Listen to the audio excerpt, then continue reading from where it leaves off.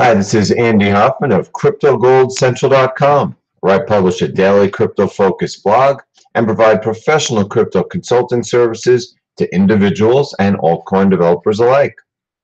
Throughout a financial markets career that will hit 30 years in 2019, I've experienced dramatic changes in the world, politically, economically, technologically, and especially monetarily. China became the world's largest manufacturer, the European Union and euro currency were created, the internet was invented, and America's political, financial, and even military hegemony was diminished. Central banks have commandeered the world's financial markets and destroyed fiat currencies, yielding the highest degree of wealth inequality since the Middle Ages. The ECB ushered in a new era of monetary oppression when they introduced negative interest rates in 2014, and the Bank of Japan followed suit in 2016. Both still have it today, as well as the quantitative easing they can never end due to its Ponzi-esque nature. The US has fought the trend by starting to raise rates, but still they remain at historic lows. And now that nominal interest rates have broken above 5-year highs, amidst record parabolically rising debt at all levels of society, while its economic data weakens, the Fed will inevitably be forced to re-engage draconian, potentially hyperinflationary monetary policy, at a time when, unfortunately, the Fed's own purposefully understated inflation readings are breaking out too. This is the stock and real estate markets sit at all-time high valuations, care of 24/7 support by the PPT going all the way back to the 2008 financial crisis. Meanwhile, the Chinese yuan is on the verge of breaking below 25-year lows, since before the current peg system was created, due to a combination of rising inflation and governmental response to Trump's trade war. While in India, the situation is far worse, with the rupee hitting new all-time lows seemingly each day, the result of the monetary destruction of Modi's cashless society experiment. And finally, we have the global emerging markets currency crisis, which I say in quotes, as essentially no nation is immune, from China to India to basket cases like Turkey, Venezuela, Argentina, Brazil, and South Africa. Even the Hong Kong dollar peg is under pressure, and ultimately something's got to give in Europe, like, say, Italy's collapsing financial condition.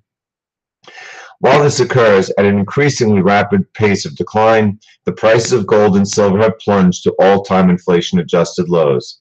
Amidst plunging demand and the increased realization that the factors that made them so valuable for millennia have been rendered obsolete in less than a decade's time by the greatest technological creation of our time, cryptocurrency, whose ultimate impact will rival that of the wheel, the harnessing of electricity, the assembly line, automobiles and airplanes, and of course the internet itself. To that end, it was just 10 years ago this month that Satoshi's white paper was published, and 10 years this coming January that the Bitcoin network will be online, running nonstop in increasingly decentralized manner. Despite a year of consolidating prices that LOL are still higher than a year ago, Bitcoin's hash rate is at a record parabolically rising level, while its network speed is at its fastest rate since the early days, with fees back to negligible levels, and all crypto monetary competitors defeated. SegWit adoption is well on its way toward 100%. The Lightning Network and other major upgrades are being rapidly advanced, and per above, its monetary use case is growing more powerful and realistic than ever before. Meanwhile, Bitcoin futures have been trading for nearly a year without a hitch, while its pressure on the SEC and other major Western securities regulators to approve a Bitcoin ETF is rapidly building, to the point that it appears extremely likely, perhaps as early as the SEC's current December 29th target date for deciding on the CBOE-backed SolidX VanEck fund. This, as the New York Stock Exchange-backed crypto exchange is set to launch next month, Bitmain is likely to be IPO'd at a valuation around $15 billion, and perhaps Coinbase too, having appointed a Charles Schwab director to its board as it dramatically expands its institutional product offering, and apparently is about to receive an investment valuing the company at nearly $10 billion. The development of custodial solutions is rapidly advancing too, while its offline hardware wallets too are experiencing dramatic technological advancements. And despite the relentless FUD, Tether is relentlessly growing, as are stablecoins in general, now that both Circle, controlled by Goldman Sachs, and Gemini have launched their own. As for altcoins, it's difficult to call whether the bottom is in, but it certainly feels like it. Yes, the majority of the current crop have no real-world use cases. However, the fact remains that they trade at an essentially 100% directional correlation with Bitcoin, which in my view bottomed 8 months ago when the Mt. Gox trustee pushed its market cap down to what I deem the Hoffman line, i.e. $100 billion, in early February. Since then, that level, where institutions entered the space, has been steadfastly supported. And as January 2019 approaches, and with it a whole new crop of crypto hedge funds, the odds of it breaking lower have declined too, in my view, close to zero. Not to mention, as the May 2020 halving inches closer, with a high-profile preview of it less than a year away when the August 2019 Litecoin halving occurs. In my view, tens of trillions of dollars of capital will enter the crypto space in the coming decade, and thus the concept that only Bitcoin will survive and thrive is utterly ridiculous. Yes, its monetary dominance is unassailable and likely will be for generations. However, countless altcoins, most not yet invented, will occupy valuable niches in the ecosystem, many of which will likely outperform Bitcoin's price growth on a cyclical basis.